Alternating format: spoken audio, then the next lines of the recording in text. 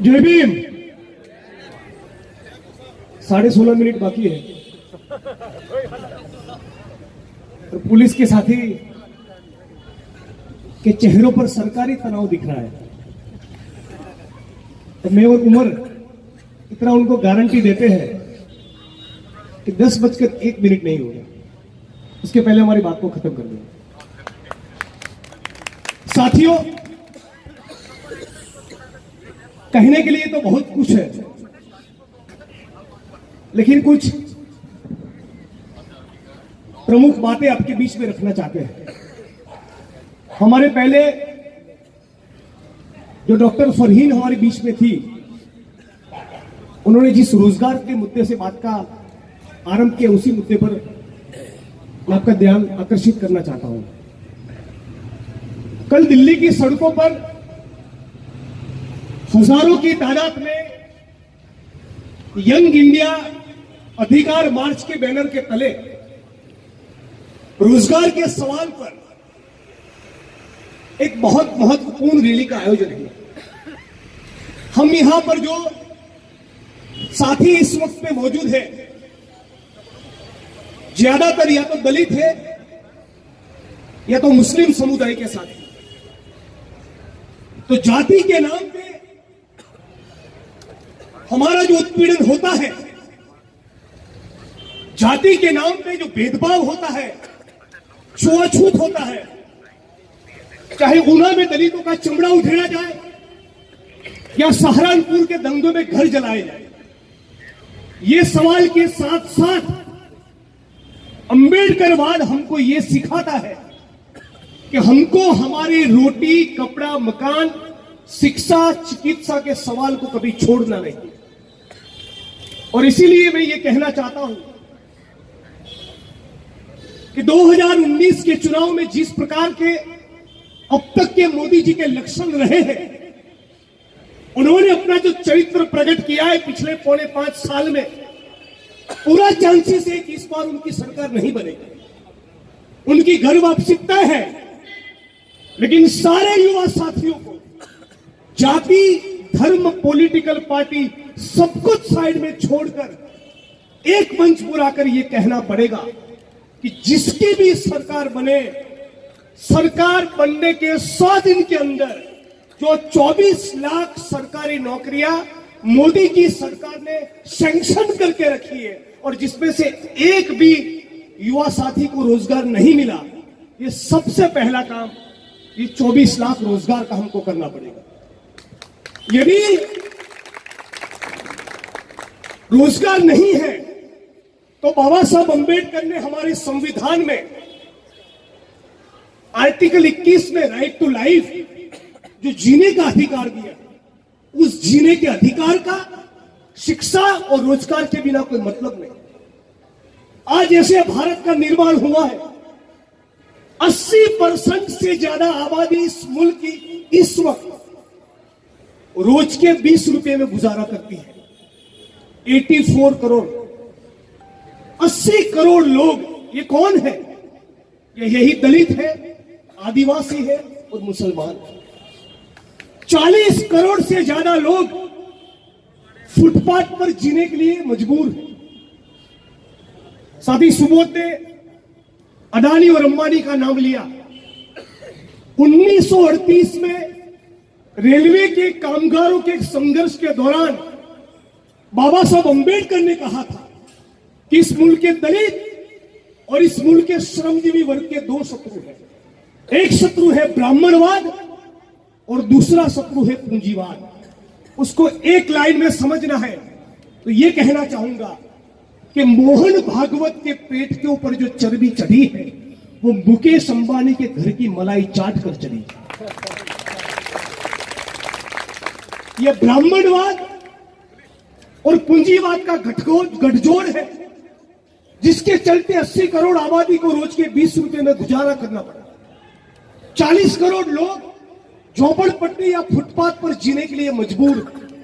60 करोड़ से ज्यादा मजदूरों को उनके पसीने की कमाई नहीं मिलती, न्यूनतम वेतन तक नहीं मिलता।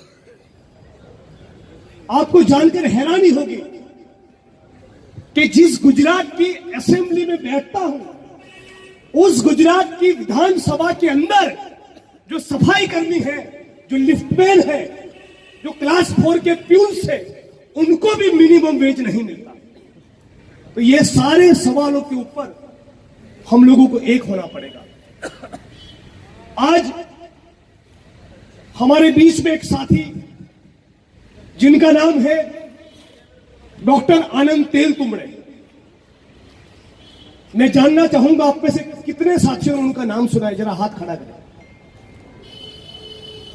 शायद 3 या 4 हाथ खड़े हुए।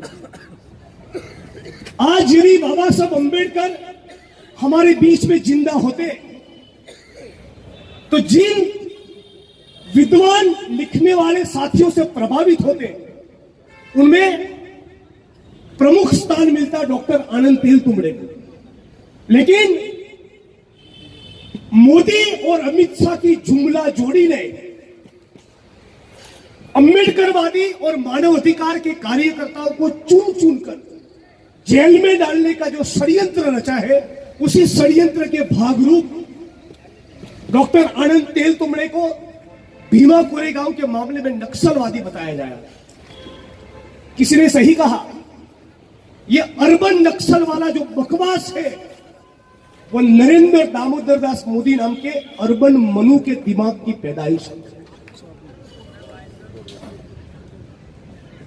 2 अप्रैल के भारत बंद के दौरान यूपी में, बिहार में, राजस्थान में, मध्य प्रदेश में हर जगह पर दलितों पर फर्जी मुकदमे दर्ज हुए।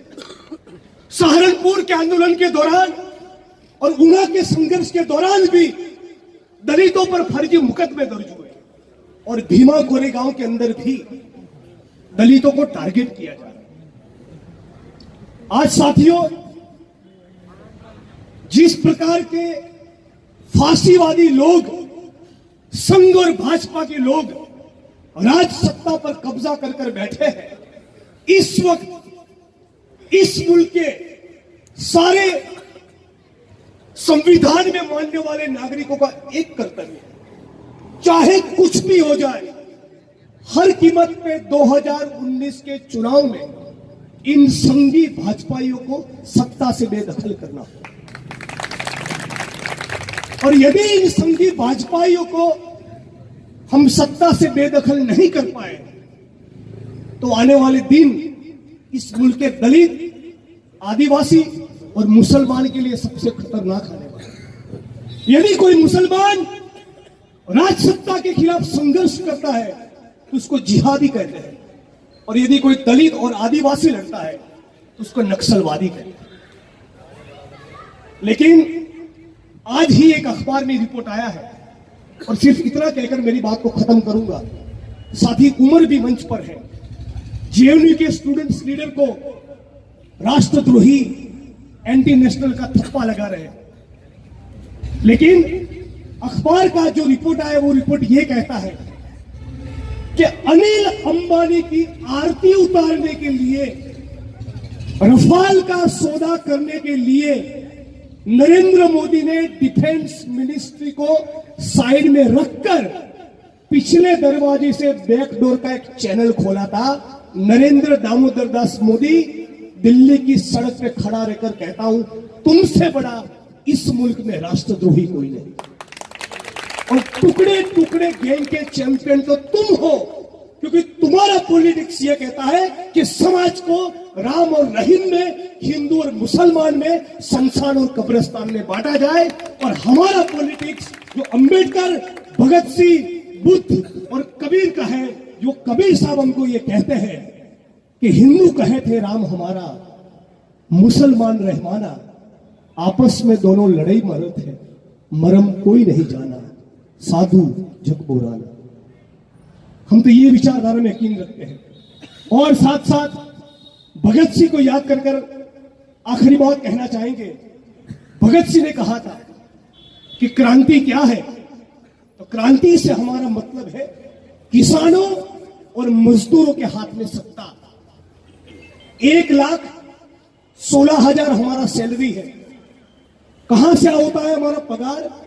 सरकार की तिजोरी में से। सरकार की तिजोरी में पैसा कहां से आता है? जनता के टैक्स का पैसा कटकर वहां जाता है। किस किन चीजों में टैक्स होता है? ये भाई साहब जो कैमरा लेकर बैठे हैं, ये जो यहां पर ये डिब्बा पड़ा है, जिस मंच पर बैठे हैं, ये जो जैकेट पहना है, अंदर जो शर्ट पहना है, हाथ में ये जो माइक पकड़ा है, इन सारी चीजों के अंदर जब खरीद और बिक्री होती है उसका टैक्स कटके सरकार की तिजोरी में जाता है। और ये सारी चीजें, ये सारी चीजें, ये माइक, ये कुर्सी, ये जैकेट, इन सब का निर्माण होता है फैक्ट्रियों में। और इसीलिए इस मुल्क का किसान और मजदूर यदि अपना पसीना नहीं बहाएगा तो वडगाम के विधायक जिग्नेश मेवानी और नरेंद्र दामोदर दास मोदी दोनों में से किसी का पगार नहीं होगा। ये है असली विचार।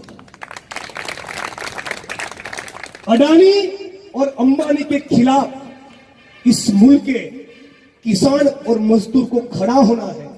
और इसीलिए नारा लगाते हैं नए समाज के वास्ते, भगत सिंह, फुले और बाबा साहब अंबेडकर के रास्ते। जय भीम, इंकलाब जिंदाबाद।